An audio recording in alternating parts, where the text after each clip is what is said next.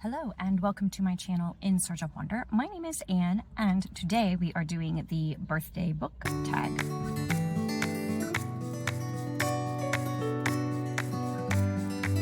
Let's see if I have enough time to do this tag. I had some free time, took a walked to Starbucks, got a drink, walked some more, and now I have about 20 minutes left. And I really need to get this tag done so that I have time to edit and post it and everything. So unfortunately, I really wanted to do it when I was at home with my book so I could show you, but I don't think that's going to happen. So I'm just going to film in my car and tell you what the books are. And if I have time, I'll slap a picture up here. So I originally saw this tag on Taylor's channel, Tales and Treats with Tay, and I thought it was fun and put it in my noggin to do when it's my birthday. Now it's actually today, as you are watching this, it should be, Lord willing, April 30th, but my birthday is going to be at the end of this week in May. So we are going to do this on Tag Tuesday for my birthday later this week. So first of all, prompt number 1, birthday cake. A book with a plot that seems cliche, but you adore it. Like Alma said, Alma actually just recently did this tag also, because her birthday was in April. And she said, and I agree with her, that it was difficult to find a book that was had a cliche. And I had a hard time with that too. Yeah, I had a hard time. I mean, there are a lot of cliches, and I sort of felt like pretty much any book could have some kind of cliche in it, could have, some cliche aspect to it. But then I didn't want to like diss every book that I had, right? With some of the books that I thought of. So, but the one I came up with, I'm not sure that it really qualifies anyway, but I felt like it worked. So the one I thought of was Much Ado About Nothing, which is my favorite Shakespeare play, and I reread it last year. I've seen the movie many times with Kenneth Branagh and Emma Thompson, which is just the best movie. I love that movie. I guess what's cliche about it is that it's essentially an enemies to lovers trope. And side plot, you have a tragic love story, but that in the end, everything turns out fine with Claudio and Hero. So couple of cliches thrown in there, but essentially I was thinking of the Benedict and Beatrice storyline, which is very cliche of people who are always at each other's throats and arguing with each other, trying to one-up each other, etc. And then plot twist, they fall in love, but it's not much of a plot twist because everybody can see it from a mile away. So that's my cliche answer. And then number 2, party guests. Your most anticipated book release this year. And that was super easy to answer. Some of them actually already happened and I already bought them and already read them. But the ones that are still to be released are For a Lifetime by Gabrielle Meyer, which is releasing this month. So that's a very convenient timing. Just might have to buy myself a birthday present. And also, even more so, I'm very much interested in Born of Gilded Mountains by Amanda Dykes, which is releasing in June. And I'm very excited about that one. I may also pre-order that one as a birthday present for myself because I really want to read that one.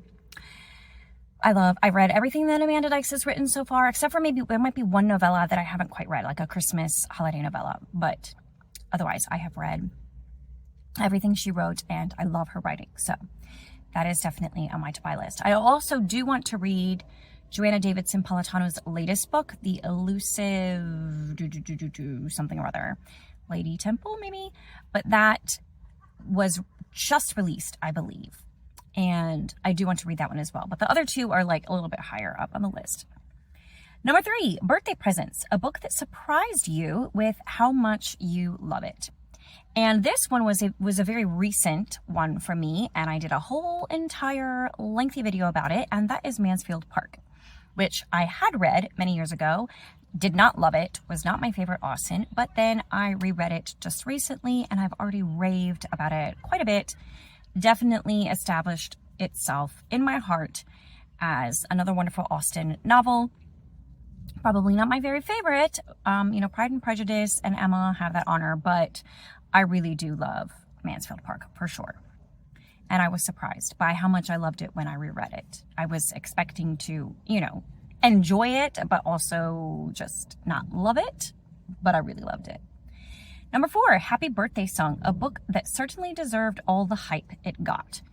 And I generally don't read books when they're in the process of being hyped. I let the hype go on for a little while and see where all the dust settles and what people say about it after they actually read it. And then after some time is gone, if people are still reaching for it and reading it and loving it, then I think, okay, it's probably good. So pretty much everybody else and their brother had read this book by the time I got around to it, and that is The Extraordinary Deaths of Mrs. Kipp.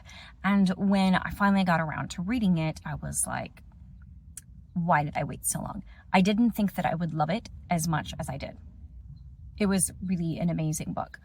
Really enjoyed that one. Of all Christian fiction books, if you're going to pick up Christian fiction, people always ask for Christian fiction recommendations. Before that book was written, I would have said Redeeming Love. Now I'm going to add The Extraordinary Deaths of Mrs. Kipp to that list because they're just really well written. They're everything that's the best about Christian fiction. They're well written and they are stories that draw you in. They make you laugh. They make you cry, especially.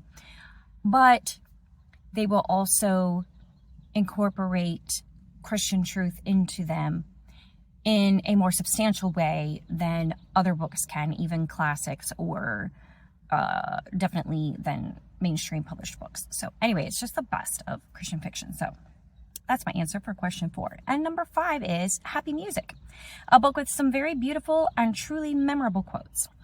And for this one, I really do wish, this is one I wish I had my copy with me so I could maybe read some of the quotes to you. I could try to read them. Oh, I can. Okay, I thought that I could pull my quotes that I had saved onto Goodreads, but the mobile app doesn't work super great. At least it doesn't have everything on it. So, but I was able to look online and I found some quotes that I remember that I had enjoyed. Also, here's one in particular that I'll read. When you love someone, you do not love them all the time in exactly the same way from moment to moment. It is an impossibility. It is even a lie to pretend to. And yet this is exactly what most of us demand.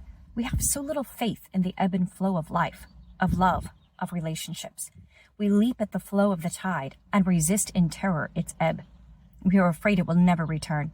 We insist on permanency, on duration, on continuity, when the only continuity possible, in life as in love, is in growth, in fluidity, in freedom, in the sense that the dancers are free, barely touching as they pass, but partners in the same pattern.